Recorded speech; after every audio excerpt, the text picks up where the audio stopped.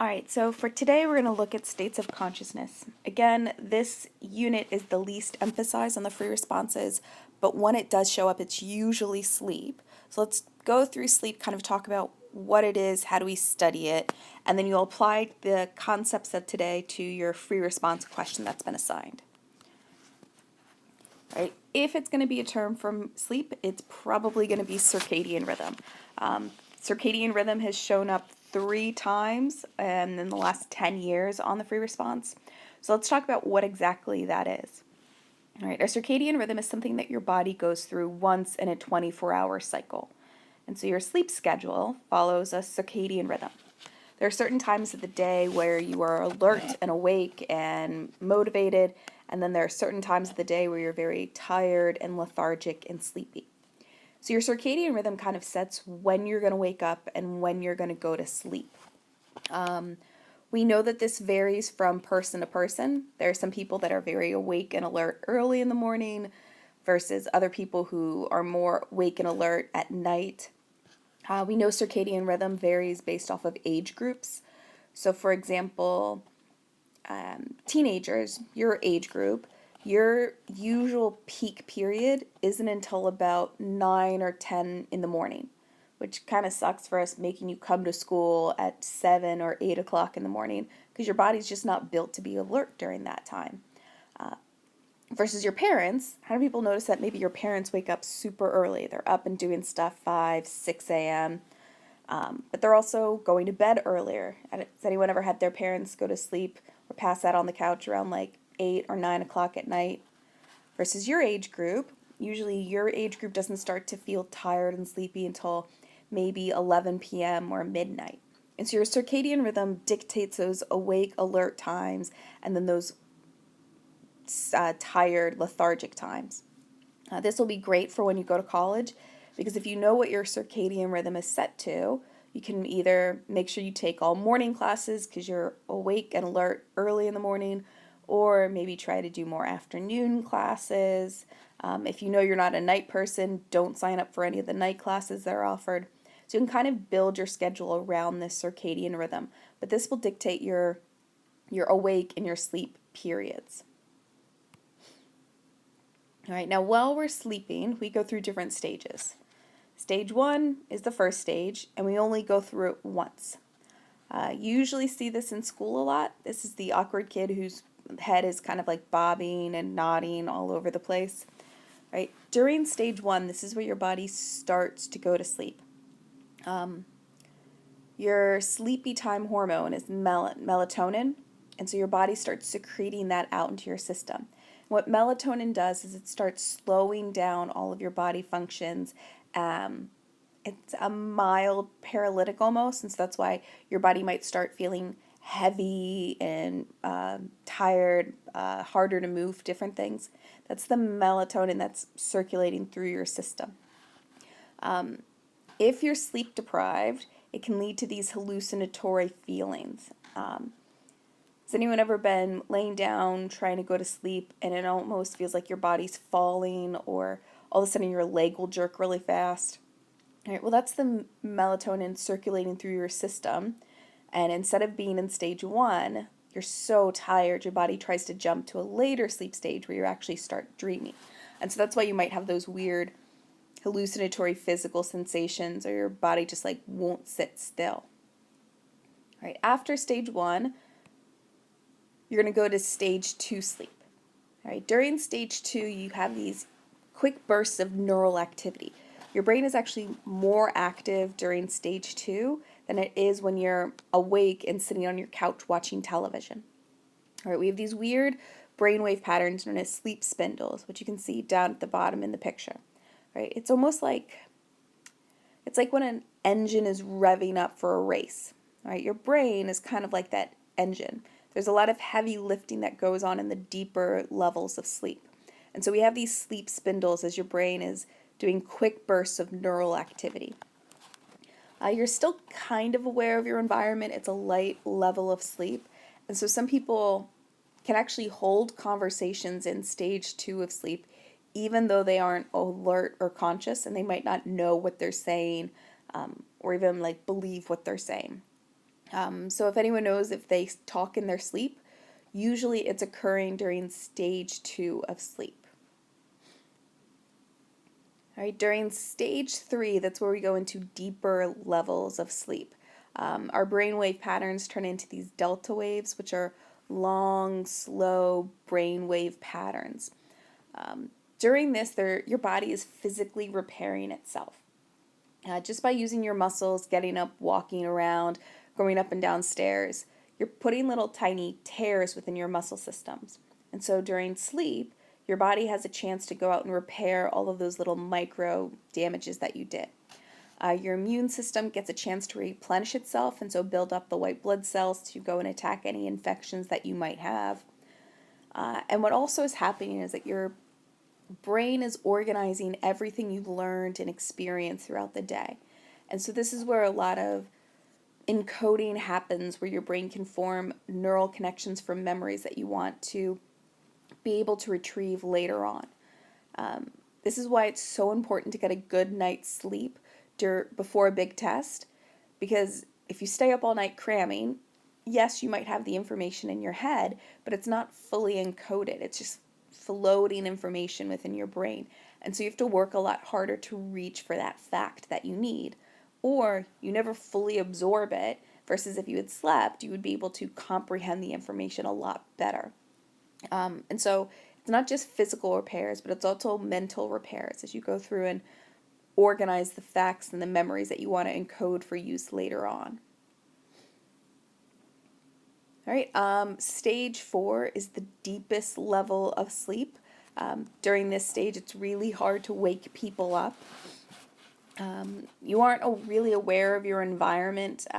So if you've ever tried to wake somebody up and you're shaking their shoulders and they don't respond, if you're calling their name and they're not answering, it's usually because they're all the way down in stage 4 of sleep. Now you can train yourself. So for example, new mothers, new parents, new dads, they are very aware of the sound of baby crying. It's something that cuts straight through. So even if they're in those deep levels of sleep, they can wake up and respond to their child. But they've done studies with these new parents where they'll play the sound of their child crying versus other random sounds when they know that the parents are in stage 4 sleep. And usually it's the crying is the only thing that they'll respond to and be alert to.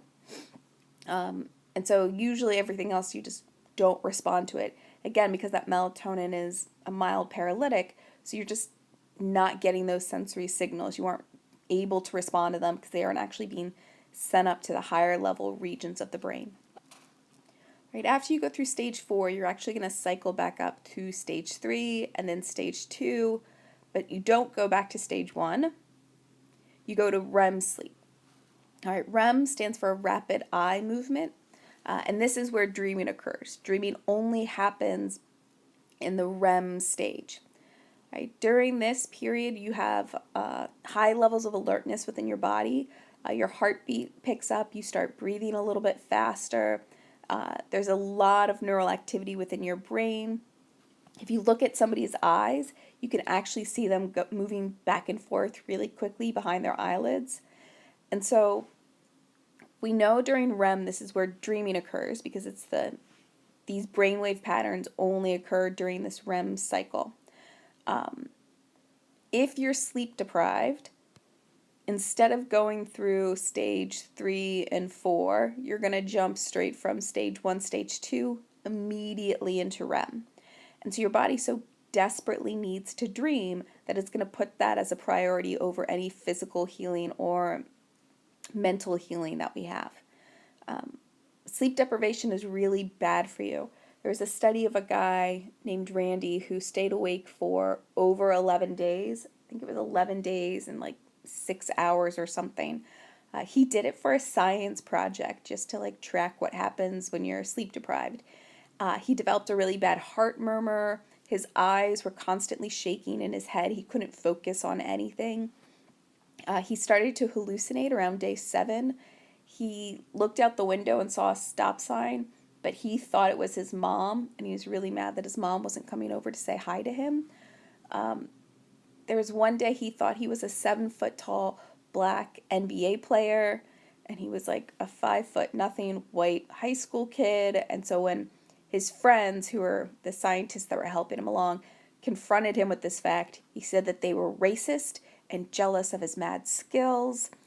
So it was just a very weird time. But again, around day 10, day 11, he developed a really bad heart murmur. His heart wasn't pumping properly.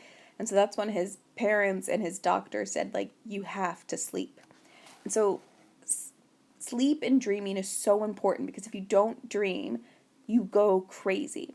They've done studies of people who can't dream because of a psychological problem, brain damage or something like that. And they actually have to externally create those brainwave patterns within their patients to help them recover. If you're a James Bond fan, there was a movie where one of the villains actually couldn't dream. It also has a GC grad in it. It was one of the Pierce Brosnan ones, but I don't remember it. Halle Berry was also in it, so if you're bored and you want to look for it, it's the Pierce Brosnan one where Halle Berry is also in the movie with him. I don't know. All right, yeah, so sleep deprivation, very, very bad for you. You become more accident prone when you're sleep deprived because you aren't allowing your body to get to stage 3, stage 4 sleep. Your immune system takes a hit, so you're much more susceptible to mild infections, so like the common cold, things like that. Cancer rates go up when you're sleep deprived, so you would put your body at a greater risk for that. This might also relate to the gas theory that we talked about in the motivation unit. We know when people are in that resistance phase / exhaustion phase, part of the reason why their body is so stressed for so long is because they aren't sleeping. But if you sleep, it actually delays the progression of the gas cycle, where you can remain in that resistance stage a little bit longer before you pass into the exhaustion phase. Right? We don't really know why we need to sleep. There are no added health benefits to sleeping, but there are a ton of detriments. It is a very bad hurt to your system if you don't sleep. So the theory is it might be adaptive. Right? We sleep at night because more dangers are at night, and so that's why our sleep cycle, our circadian rhythm, is kind of tied to the sun, and why we really need to sleep, because if you don't, it goes very badly for everybody. I don't think dreams will be on the free responses, so I'm just going to quickly go through these ideas. We've talked about Freud, how it's all about your unconscious. Well, he believes dreams are actually your unconscious's only way of talking to us. And so if we can talk about what dreams mean, then we can understand them a little bit better. Right? This is where the latent content is really important. It's the hidden meaning presence within dreams. So if we can interpret them, we can understand what our unconscious is trying to tell us and then respond. But it's Freud, which means there's no real scientific evidence to support any of this. It's very interpretive, which means it could be subjective. The same way with anyone doing a reading of like literature. The symbolism that's there is kind of more of a manifestation of what the reader is seeing than maybe what the author originally intended. And since there's no real way to like check and make it scientific, people say dreaming is just not meaning something like Freud originally stated. We're going to do dreams more in depth after the AP exam. We'll do a lesson on that. So if you're interested in this stuff, just hold on for a little bit and I'll get back to it. Right, what other researchers state is that dreams are actually a way for us to process information. There's a lot of times where we will have dreams that are linked to what's been on our mind, either something we experienced earlier that day or us thinking about something we'll have to do later on in the week. Maybe you have a big presentation coming up and you have a dream about doing that presentation. Right, and so info processing would state that our dreams are just us trying to make sense of the neural activity as we process the experiences that we've had. And so to keep ourselves entertained or to try and make sense of those bursts of neural activities is we put it together as a dream, as like a storyline we can try and follow, when in reality it's just the neural processing of what's going on, of us filing away information. All right, again, we know that people get higher grades when they have good amounts of sleep, so sleep is really important for that sense. All right, the last idea is the activation synthesis. If you did the dream study that was one of the Quarter 1 study projects, they were talking about activation synthesis when they did those experiments on the cats. Right? This says dreams are nothing. It's just your brain working and you think it means something, but it doesn't. Right? We know that there's a ton of neural activity going on within your brain, especially within our limbic system, and so maybe why dreams have an emotional content, just because that part of our brain is highly active while we're dreaming. We don't have a lot of activity in the upper level cerebral cortex, which is responsible for logical thinking, which is why dreams are kind of insane and moving all over the place. Right? And so activation synthesis says dreams don't exist. It's just neural activity that we try to make sense of after we woke up, but it really isn't connected to anything. There's no unconscious motivations. There's no information that we're trying to work through and practice with. It's just random neural activity. So those would be the different theories behind dreams.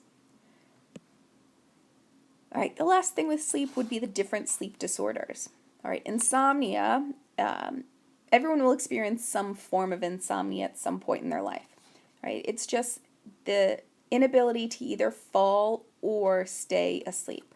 And so some people, they struggle with the falling asleep side, so they might toss and turn a lot throughout the night. Other people, they have difficulty staying asleep, and so they might be waking up 4, 5, 10 times throughout the night because they can't fully complete a sleep cycle.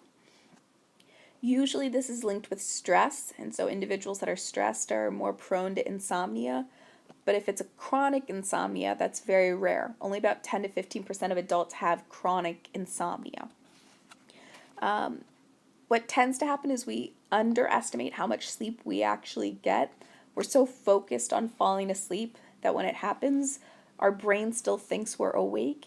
So we wake up feeling more tired, even though we might have gotten 6 or 7 hours of sleep the night before. If you take sleeping pills or alcohol to help you fall asleep, that's bad because it prevents the REM cycle to happen, which means you aren't dreaming, which means your sleep isn't as fulfilling, it's not as restorative. And so people still wake up feeling tired because they couldn't accurately do the full sleep cycle. What they recommend is if you're struggling with insomnia, there are some things you can do. One, don't keep your phone or a television or laptop in your bedroom. Bedroom should just be for sleep and nothing else, and so you try to keep all that stuff outside of your room. Don't exercise 2 hours before you're about to go to sleep because that puts your body in a heightened state. You have all of the adrenaline within your system, so it takes a little bit longer for you to wind down and be able to feel tired. Avoid certain drugs like caffeine, so like don't eat chocolate for dessert after dinner, no sodas, because those things are stimulants and they keep you awake for longer periods of time. But if you take a warm shower or warm bath, that's actually a good thing. Our body temperatures tend to drop when we go to sleep, so if you can raise it with that warm bath and then it drops naturally, it'll help you feel sleepier and more tired.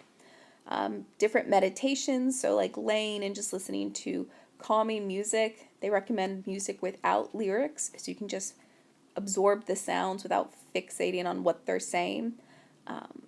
And so those things can help with insomnia if that's something that you're struggling with.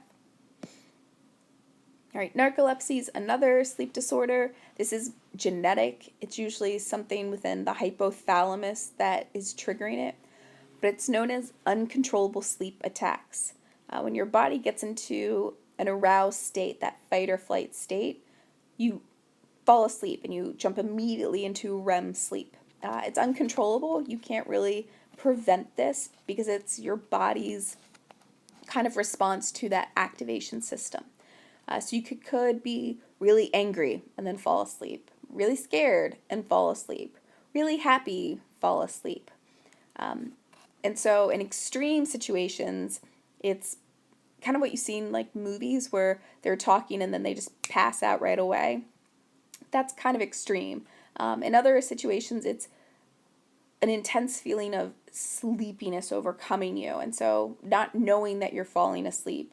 And these can last from a couple of seconds to maybe 5 minutes or more. Again, it's a genetic disorder, and so the odds of you developing it is very, very rare. There's medications that are available to help with this. And so there's ways of trying to cope with narcolepsy, but it's not something that you develop from your environment like maybe insomnia is.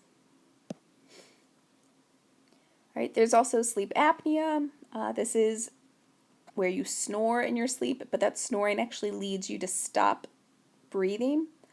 So you know when somebody's snoring, and they snore, and then there's that weird pause, right? That pause is actually they are no longer breathing. And then the reason why they do that weird snarfle noise is because they're gasping for air.